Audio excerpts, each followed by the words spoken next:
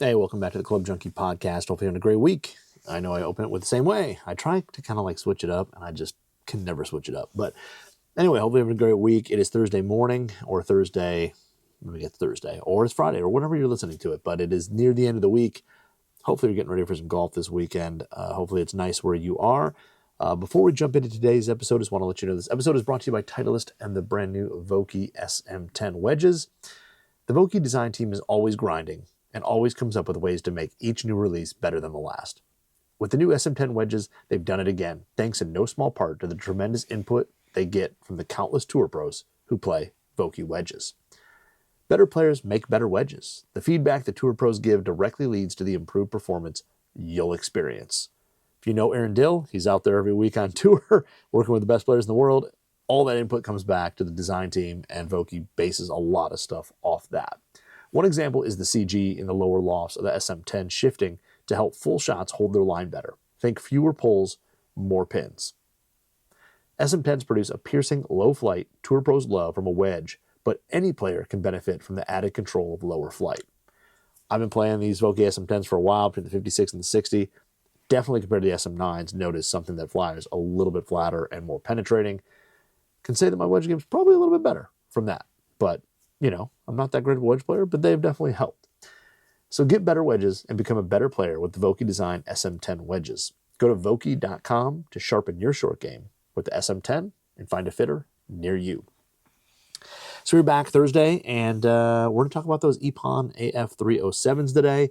Been hitting those a bunch. Got them out in the league the other night. Been hitting them on the mat, hitting them in the net, my backyard. So I've been getting a lot of swings in with those things, and really liking them. It's they're pretty darn impressive.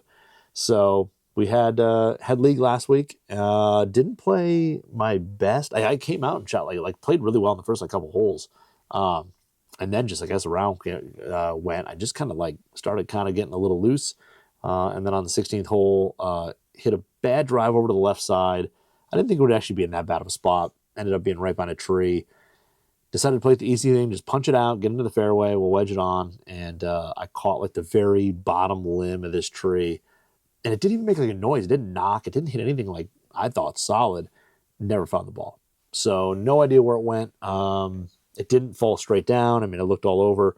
I thought it just kept going and just it was in the in the rough. It didn't quite make it to the fairway. Tree kind of took some off of it, and then I just never found the ball. So I had to go back, drop.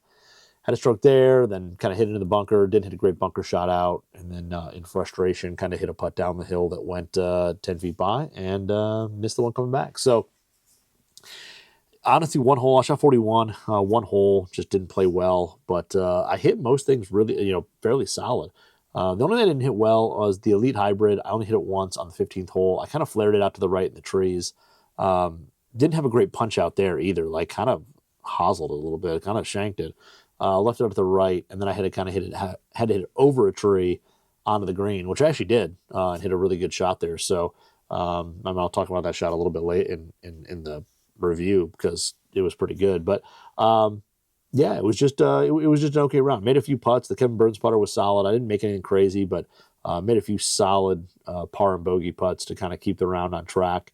But yeah, you take away that 8. If I could have just made double there, I shoot 39. So I should have been under 40 for the 4th week in a row. It didn't happen, but I didn't implode. I then I think after 16 I went par on the way out.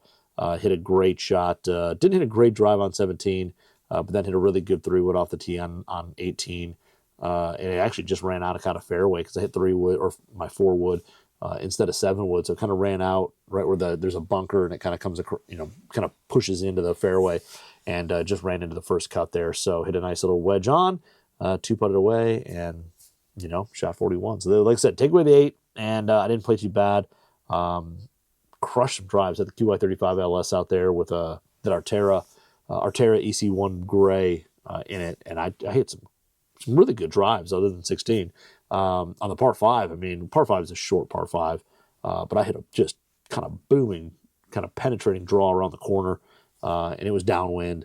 So I think I had driver, I don't know what it was, 8-iron in. It was super. It just hit and ran, kept it with the wind, and then had a wedge in that I actually hit fat, but then hit a good little chip shot and made birdie anyway. So played okay. Like I said, I wish I would have played a little better this week.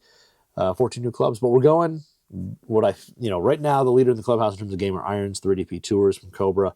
We're gonna go with those. Gonna go with the gamer putter, the Bettinardi Queen B16. I've been kind of hesitant to put that stuff in because I'm like, what if I play poorly and I lose confidence in those things and whatever. But we're going to go with it, and then got a few other things in the bag as well. So excited to get some stuff that I kind of think is leading the pack in terms of the way of gamer irons and gamer putter. We'll see if they hold true. We'll see how they go on the course. But so far on the range, on the putting mats, all that stuff, those things have been really good. So it'll be interesting to see what happens here. It's supposed to be, it depends. There's a little bit chance of rain that could, put a little bit of a damper on it. But we'll see. It's a small chance. It does hit, of course. It's supposed to rain kind of early, and then maybe get up to a 20 or 30% chance while we're out there. So we'll see how it goes. If anything, I'll have the old Galvin green jacket ready to go for for if it does rain.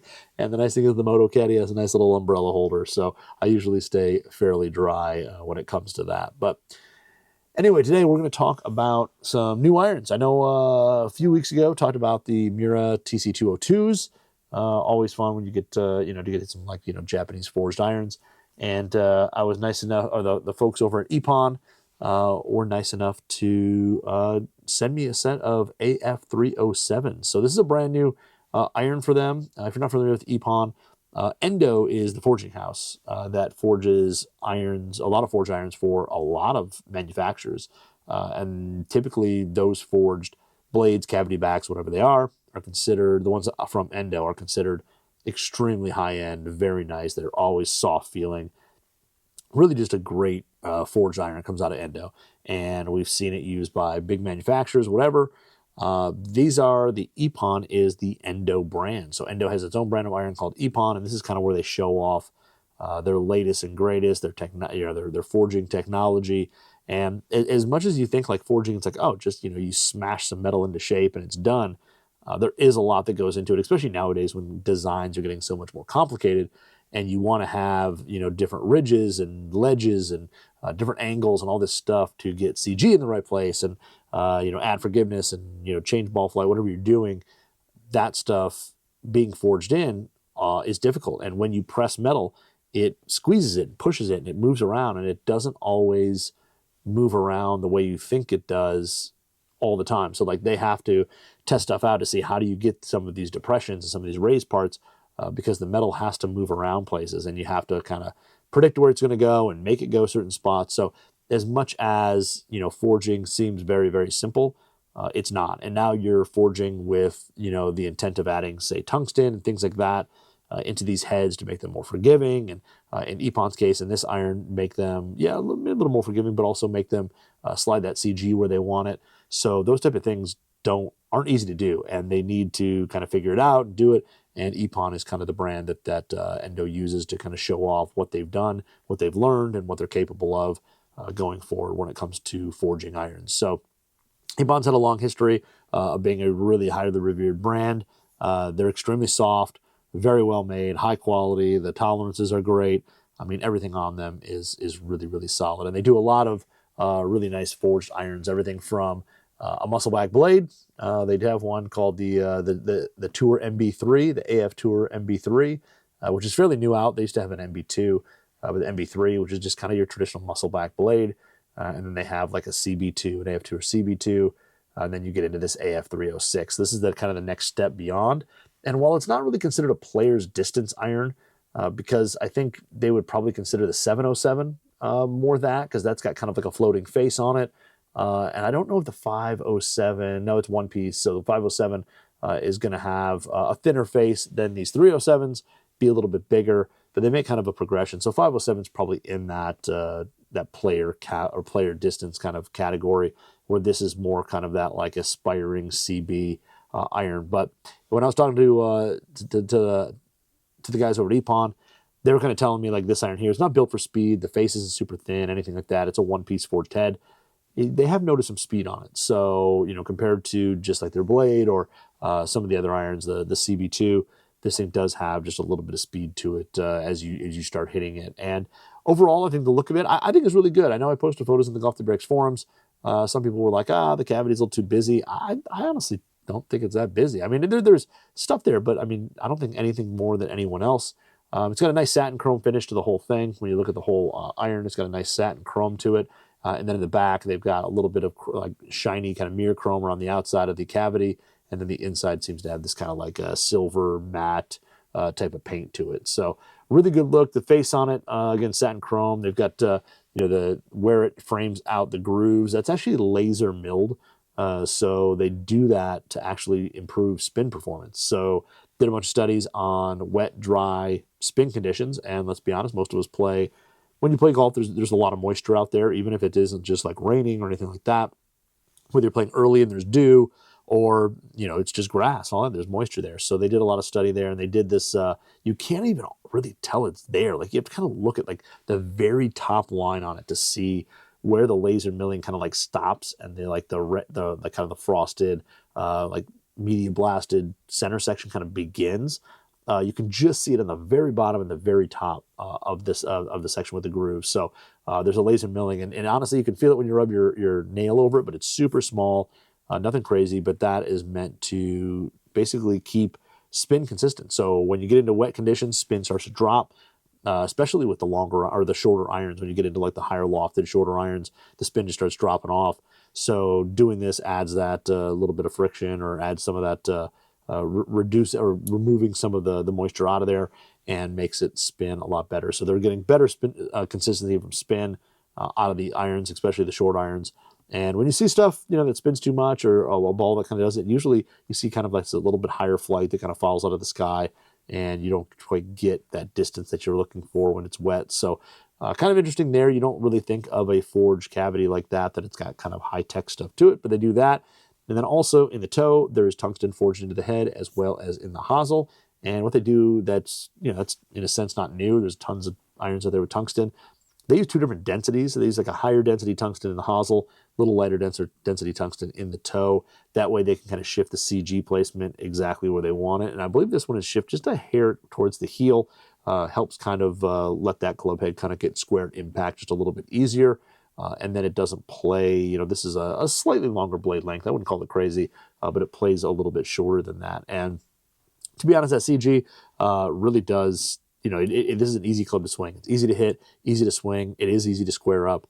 And yeah, that CG placement there is used. That's what the tungsten's used for. So it also adds a little bit of stability because, pushes some weight out to the toe, into the heel, adds some stability for when you do miss-hit it.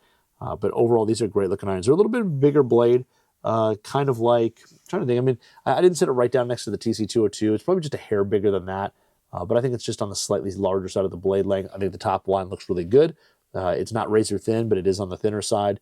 There's not much offset to it, just a little bit, and it's got a nice rounded toe to it that isn't, for my eye, too squared off, but it's also not too bulbous and round.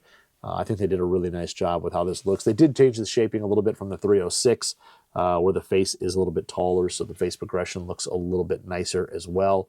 But this thing here is, for being just kind of a 4CB, it's got some tech to it, which is kind of nice. And what they're just trying to do is make this iron a little bit more playable. So the really highly skilled player, they're gonna have no problem playing it. They're gonna love the feel and the look and workability. And that player like myself, who needs just a little bit of help, likes to look at players' irons, you're gonna be able to go out there and hit some poor shots that end up okay. So it's kind of trying to help that out. So these were built up by the guys at Epon. So they built these up with Modus Tour 110s, the brand new one, and a Epon Iomic grip, which I haven't played Iomics in a long time. And it was kind of cool to play these again because it's been a while, and I kind of forgot how much I liked them. They're a little thin. If I built these up again, I would probably go one extra wrap. These are just sticky 2.3s. And I would probably go just one extra wrap on them. But again, it's been a while since I played them, and they actually felt pretty good. So I kind of liked them there. But really good build job. Everything's really nice. They made sure all the specs were just standard length, standard loft, all that.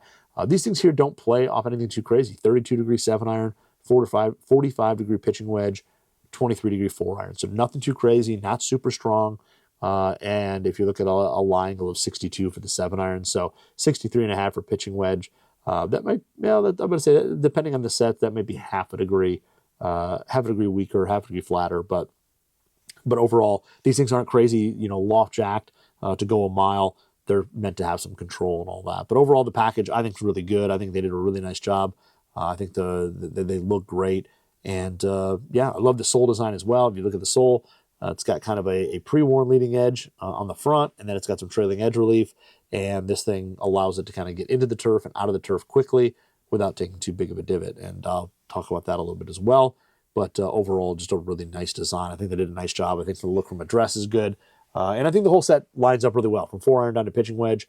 I know that some sets you start looking at, and pitching wedges can start looking funky with more loft and a little bigger, all that. Sometimes they have 4-irons with too much offset, and all. This set looks really good from 4-iron down to pitching wedge. They did a really nice job with these. So overall looks, I think, are really good. I think they did a really nice job and really spectacular on these. So then so before I took them onto the course, had them in the on the net in my backyard, hitting in my net off the mat, and I do have to say, off there I was hitting, well, there were RCT balls and some stuff like that, so I was hitting premium balls, but hitting them there, really good feel to them, very soft, very responsive, and they've just got a solid feel to them. Much like like people compare these guys and Mura together, and they're different feels a little bit. This one is softer, but almost feels like a little bit more lively. The Mura almost feels a touch more, I don't want to say pillowy, but like it kind of reduces a little bit more vibration. This, I feel like you get just that little bit touch more responsiveness on kind of where you hit it, whether dead center, a little toe, heel, wherever, you get a little bit feel. But it's got just a slightly different feel, but extremely soft and very pleasant. The first shot you hit, when you hit it center, you're just like, wow, yeah, that's why this is such a great forging house, or such a great forged iron, because they just feel spectacular. Sound is really good, very powerful, very muted. Just that heavy thud when you catch it. No click to it when you hit it dead center. Even when you catch it like far on the toe, I was kind of amazed. I didn't hear much click. And the shot that kind of won performance-wise, it did what I wanted to do. But on that 15th hole, like I said, I hit a ball at kind of the right, tried to punch out, didn't quite get where I wanted to, and I was kind of still stuck behind the tree, but I had I don't know, 100, it was something like 140, something like that, maybe 130.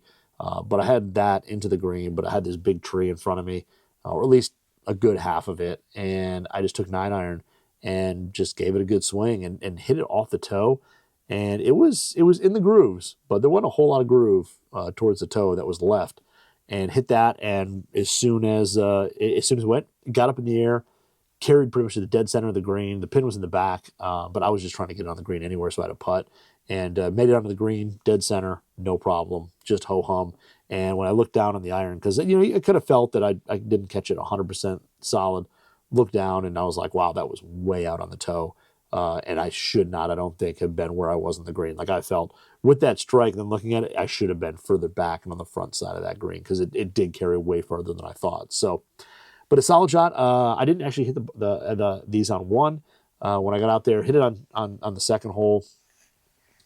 Got out there, hit my drive a little bit right. I was in the rough, but I had a clear shot at the green, and I was kind of in between clubs because it was into the wind, and I was just like, all right, well, 8 will probably get me there, but 7, man, if you catch it really flush, it could go long. So hit 8, again, same thing, ended up in the front of the, middle, dead center of the green. Pin was a little bit in the back, but I mean, it was one of those where that shot was totally safe, didn't have to worry, but hit it super flush, and yeah, the feel of it was spectacular. It was really good. No real vibration at all, just that heavy thud. Ball just went. I was playing, what was I playing? I was playing Z-Star Diamond, so a slightly softer ball, but it didn't lose too much in terms of feel, but that dead center shot felt absolutely great. That shot on 9 off the toe still felt pretty darn good. I would have thought from the feel I actually hit it a little better than I did, just because it didn't have any kind of harsh, tough vibration, anything like that. But all the shots I hit, I mean, even when I hit the second par 3, which is 14, I flat out gave up on the swing, and just same thing, hit it way off the toe, one hand follow through, just kind of felt terrible about it. And I eventually left it short of the bunker that was right in front of the green. And even that one didn't feel bad at all. I mean, that was a good feeling shot, made a good sound. It had just a little bit of click to it, but that thing was, borderline hanging onto the grooves there. And it ended up actually, getting across the water, all that. It was a totally safe shot. For as bad as that swing was, to feel comfortable that ball was that as safe as it was pretty impressive. But the solid shots, the nice thing about this thing, it is consistent. Whether it's a spin or whatever, when you hit good shots, you know where the distance are going to go. Like hitting this thing on the launch monitor or on the course, when you hit a solid shot, you knew exactly how far it went, and that's what it went. You never saw anything that was like, whoa, that jumped up, or, oh, I caught it a little, higher in the face, and all of a sudden that thing came out with no spin and just went a mile. None of that stuff kind of happened, especially at launch monitor. You can't really do that. It's off a mat. But on the course as well, even balls sitting in the rough and they were sitting up a little bit, you just didn't get shots that you didn't expect.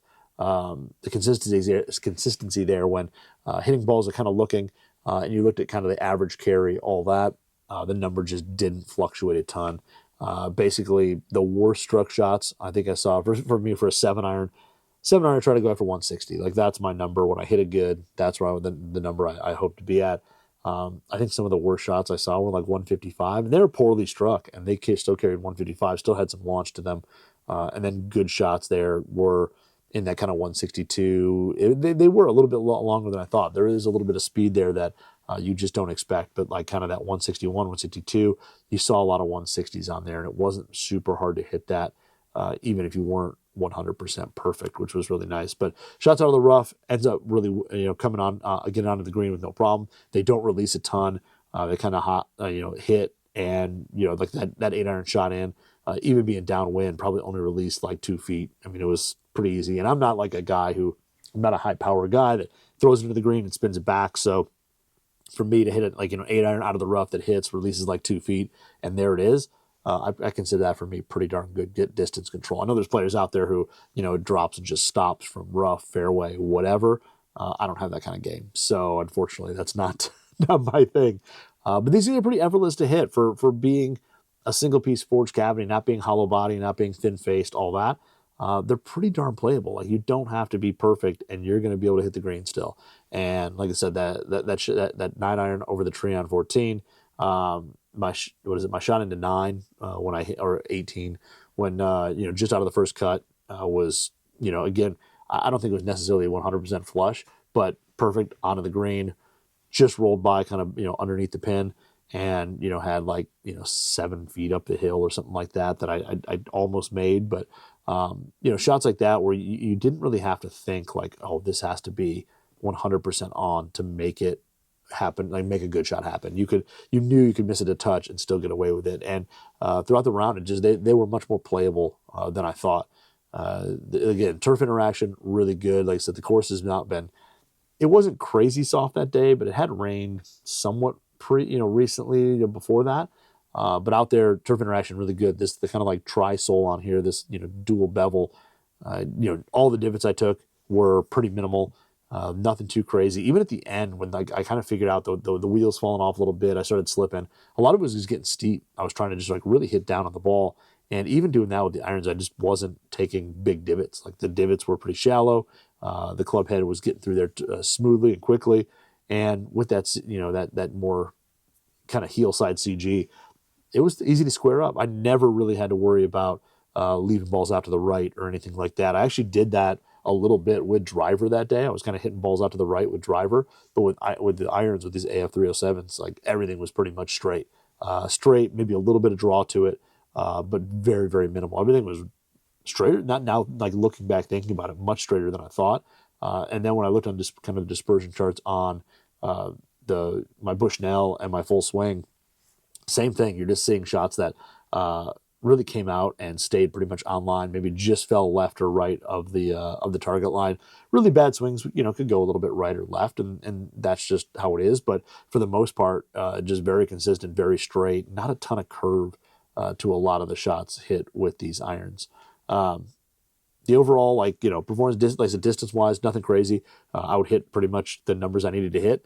Whether into the wind, downwind, all that, it didn't change a whole lot. If you took an extra club because you needed to go into the wind, it went the distance you thought it was going to go. So that was that was really solid. But these things overall just really performed really well. I was impressed with the down to the pitching wedge, 9-iron, easy to control. Still got up in the air. They weren't the flattest flying, short irons that I've hit. But I never felt like I was out of control with them, and the ball was easy to get up in the air. And then when you get down to the 4 and 5 iron, same thing, easy to hit. Maybe not at, like, compared to, say, like the Mira TC202, the 4-iron might fly is a little bit flatter than that Mira one. But again, they don't have the same shafts, so you can't really compare apples to apples. But the flight on the 4-iron and the 307 was maybe just a hair lower than the TC202. But I think overall, the forgiveness side on these, they're definitely a little bit more forgiving than the Mira. So, all right, so I'm adding this in kind of in the middle there. I'm probably going to find a spot where I edit it in, but I'm adding this in because I completely got done with my show, and I had the Epon like screen up with the AF-307 details and stuff like that up there. I forgot to give you guys any of the launch monitor stats from hitting them. So I'm going to go through that too because I completely forgot to add it in. I don't know. I just had it behind. So hitting these, like I said, distance-wise, they're kind of sneaky longer than I thought. I was not expecting them to be, any bit longer than anything else, or even be a little bit shorter than I was used to. But honestly, was pretty impressed with how far these things went. So my average carry on this was 159. So that was the average carry. And like I said before, with playing these, I saw a lot of 160, 161, 162 type numbers. Never saw anything crazy. Like with my 770s, I would see like a 168, 167, like a super kind of high, fast one that just, went a long way. This one here, I want to say the longest I ever saw was 164. So, but everything was kind of around that 160 area. I think some of the worst shots I saw were 155. And again, I don't delete anything unless it's absolutely terrible, like if it's topped or hosel or whatever. Those I removed, but like, a shot that I just hit off the toe or hit off the heel a little bit and it goes 155, like that's a shot I'm going to hit out there on the course sometimes. So why not leave it in there? So leaving it all in there, 159. So just a couple yards longer than the TC202s in terms of average distance. I think those were 157, but 159 was the average carry number for the 7-iron, which again, I'm shooting for 160 on a good shot. So pretty darn close there, even with an average of a bunch of balls. So spin-wise, 6,146 was my average. That was with the Pro V1. I typically usually play a Pro V1X, but I've been playing Pro V1 because I have RCT versions, so they tend to work with full swing. So it maybe adds, a couple hundred RPM if I go to like the Pro V1X or another like slightly spinnier ball. So that number was pretty close, though. I mean, again, I know people are going to kind of compare the Mira TC202s. Those were about 100 RPMs less, about 150 RPMs less, or I mean more than these AF-307s. But I still don't think that's a wildly bad number. I mean, nowadays, people I know still live off the whole a 7-iron has been 7,000, an 8-iron has been 8,000, whatever. It doesn't really work that way nowadays with the iron designs and ball designs and all that.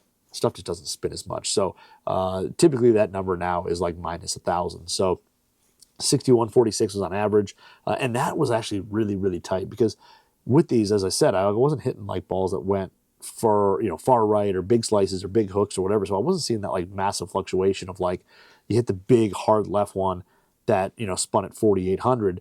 And then you come back and you spin that one at 75 because you just flared it up into the right. Like everything stayed, pretty much around there. I mean, there were some 59s, 5950s and stuff like that in there. And there were a few in that kind of, 65-ish area that went off to the right, but it was pretty tight. I don't think I ever saw anything really over like 65, 66. I don't think I saw anything under like 59, maybe 58. But I've definitely seen some lower ones hitting balls on the launch monitor, just, hitting one left, sniping it over there and seeing that number just drop. So 6,146 RPM was what I averaged in terms of spin with a 7-iron. Ball speed was 114. So that was just a little bit faster, about a half a mile an hour faster than the TC202s. About, Strixon ZX, beat the ZXi7, almost as fast as the XI5, which the XI5 is a fast iron, but I was at 114.3 with that one. This was 114, so pretty darn close. And again, consistency there when you hit it solid. You just saw a bunch of 113s, 114s, and even a couple 115s in there when I really hit it solid. So launch angle 21.6. So again, compared to the Mira, that's a little bit higher, about a degree. I was at 20.4, 21.6 there. And then if I look at something like pretty much puts me on par with the ZX5, a little bit lower than the JPX 925 Forge, which is at 22. So pretty average there in terms of launch number for my 7-iron on that. And then apex height, peak height was 100 feet. So really close to everything else. I know I think Mizuno flew like one of the highest at like 104. but this one was right about 100 and 100 feet, which is again a little bit better than the TC202. About ZXi5 was at 102, a little bit higher than the ZXi7 at 99. So right along kind of the same lines of some of the other more player type clubs that I've hit out there. I don't have a smash factor on this one because the last time I was pulling numbers off here, I was using my Bushnell Launch Pro, and I didn't have any stickers on it, so it wasn't catching club head speed on there. So not 100% sure on smash, but I bet it was hitting fairly well because I was pretty solid. So again, average carry 159, spin 6,146, ball speed 114 miles an hour, launch 21.6, and apex or peak height 100 feet. So that's what I was getting on my Bushnell Launch Pro. But yeah, really, I think solid numbers for a 7-iron. And on the course, I felt like 100 feet. It was something that was probably easy. It may have been a little higher than that because it was getting up there and landing soft, whether out of the rough or out of the fairway. You didn't have to worry about distance control. So those are the numbers from the Epon AF-307. The overall playability was really, really solid. Whether you're playing out of the rough, holding spin, still having control, or whether you're playing, out of the fairway and you've got great turf interaction getting through there and having a smooth feel. But yeah, I mean, the one thing you can kind of say is everyone is just the feel on all the clubs, and they're all kind of the same. From 4-iron down to pitching wedge, they all have that same solid feel. They're super soft. Nothing there jumps out, and it fluctuates. And every once in a while you get a set of irons that like one iron feels a little bit different than the other, or the long irons feel a little bit different because they have, whether it's more tungsten or different stuff going on in them. These definitely don't have that. But these 307s are really solid. I think, for a guy like myself who's right now I'm 11.1. We'll see what revision happens because I put in, all my scores there from my 9-hole rounds. We'll see what goes on. It may drop a little bit. But overall, like even for a guy like myself who's, say a 10, 11, whatever you want to call it, whatever it's going to be, I'm able to play these with no problem. And usually, forged cavity backs, I can kind of get around with them. But these were really easy to play and really just kind of enjoyable because, like I said, you didn't have to worry about, having to be just dead on pinpoint precise. You could still miss it, still be okay, hit it flush, and is doing exactly what you thought it would do. So from, pitching wedge 9-iron all the way through. The only thing for me, I would say, in the 4-iron, I probably wouldn't play that in my set as much just because I don't quite have the speed to kind of gap it enough from 4 to 5. But from 5 through pitching wedge, these things, for my game in terms of separating 5 and 6, had no problem there. And hit some really good 5-irons off the tee. I didn't really hit any 5-irons off the deck from it. I did hit 5-iron off the tees. That is where was fine. But off the deck, hitting it at the range and stuff like that, the 5-iron was pretty good. Fairly easy to elevate. Not crazy high, but definitely high enough. It would land fairly soft. And overall, same thing. You're just seeing a pretty straight ball flight. Not seeing a ton of curve. Wasn't saying, even with the bad swing, wasn't seeing a ton of like draw to shots that I have seen with some of the other iron sets I've played, which seeing a little more curve and things like that. These didn't have that. And it could be just stability from, the slightly longer blade length, that tungsten in there, just keeping that ball going a little bit straighter. So AF-307s, it's a ball flight. If you're looking in terms, I guess I should, say is that I would say it's kind of mid-high. I know shaft is going to influence a lot of that as well. But I was able to hit, over trees, hit some other shots that landed soft, into greens, had no problem holding them. I would say they're probably in that mid-high range for flight. And I don't think these 110s, these Modus 110s are high-flying shafts either. I think they definitely have a little bit of a flatter trajectory. And even with that, these AF-307s were easy to get in the air. So definitely something that is a great iron. If you're looking for something that, you want the great feel of a forged cavity back, but you need a little help, you need a little playability. You don't want to just go to something that's almost blade-like with barely a cavity. These things, they definitely offer a little bit of everything. I think you'd be pleasantly surprised about how you can work the ball, hit the shots you want to hit, while still getting away with hitting some poor ones and still finding the green with very little problems. So they definitely punch above their weight class in terms of when you read the description on them and then go hit them. You would think they're definitely more on that slightly forgiving side of the scale. So a really great set of irons from Epon. Really impressed with what they did with these. I had not hit the 306s I'd hit some of their other irons. I think I hit the 506s when those came out like a couple years ago, but I never hit the 3 Series. And these things have turned out to be really, really solid. So I was really impressed with them. I'm glad I got a chance to hit them. Hopefully I will go out and play some more with them before I possibly have to send them back. We'll have to play a little bit more, and I definitely will. So these things are really solid. If you go to epongolf.us, you can kind of check out all the Epon stuff, their whole line of irons, and they also have kind of a list of all their fitters there as well. But these are something that, if you're looking for something a little bit different, or just a really good forged cavity back that has a little bit more forgiveness than what you're traditionally used to, this is a great iron to try. And I think, if you're a 12-ish handicap, whatever, and below, you're going to be able to play these, I think, with no problem. I mean, even maybe a little bit above that, but they're not going to force you to be a scratch player in order to find some good results out of these irons. So, and then with that, you're going to get just amazing soft feel. So, really, really good set of irons there, and yeah, really, really impressed with what Epon did with these. So that is the AF-307 iron. Again, epongolf.us, and go check out the kind of all the details and all that on the 307. They're not 100% up there with all the details in terms of the specs. Hopefully they'll add those soon on the website, but you can at least kind of see all the specs and line, offset, and all that stuff, and see the rest of the irons there. And like I said, you can go through and find all the dealers and fitters that might be near you. So definitely worth trying, and I'm super impressed with them. So I think these have moved up. Like I kind of hit them like just expecting to kind of hit these irons and see what they're like and all that. And now, like after hitting them, saying like these, if you had to rank them in terms of gamers and all that, I think they're right up there. We're going to see what the Cobra 3DP Tours do this week at League, but these things are, I mean, they're really good. I think they definitely are in a good spot. I think they've overtaken the P770 a little bit after hitting them and playing them as much as I have. I think they they sound and feel better. And honestly, where the P770 may be a hair longer, I think these, forgiveness wise, are right there in terms of stability and straightness and all that. So yeah, am I willing to give up a couple yards for something that is pretty darn forgiving, easy to hit, and feels great?